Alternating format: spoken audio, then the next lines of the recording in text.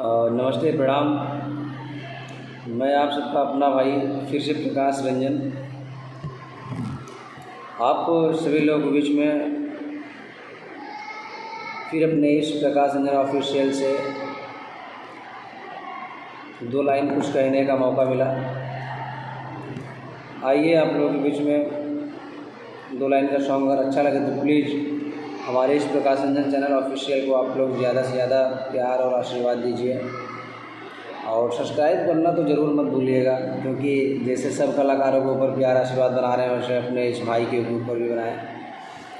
आइए। मन के सवरिया बन गईलू तू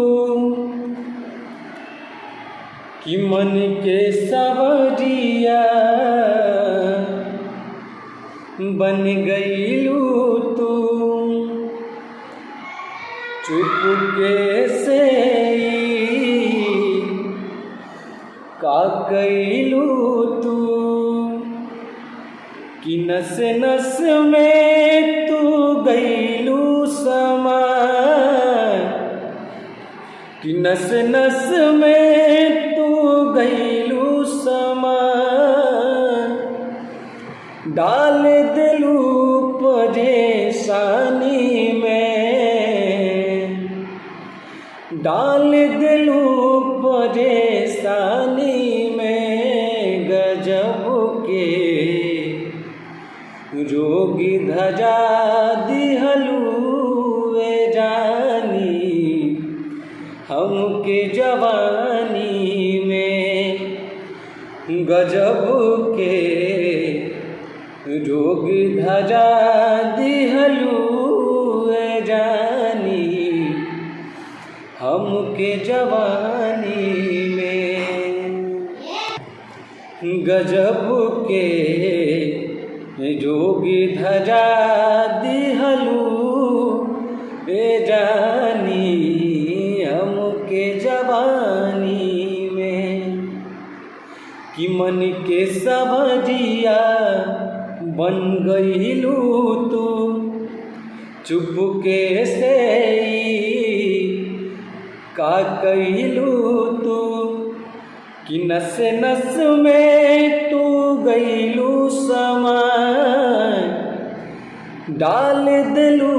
परेशानी में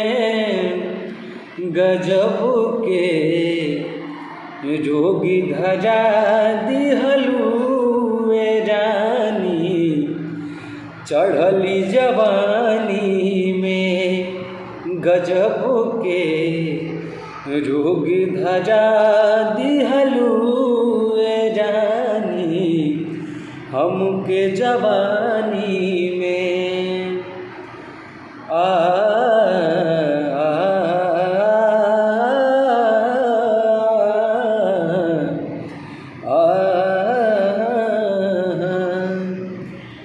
गजब के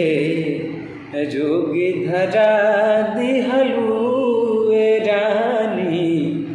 चढ़ली जवानी में।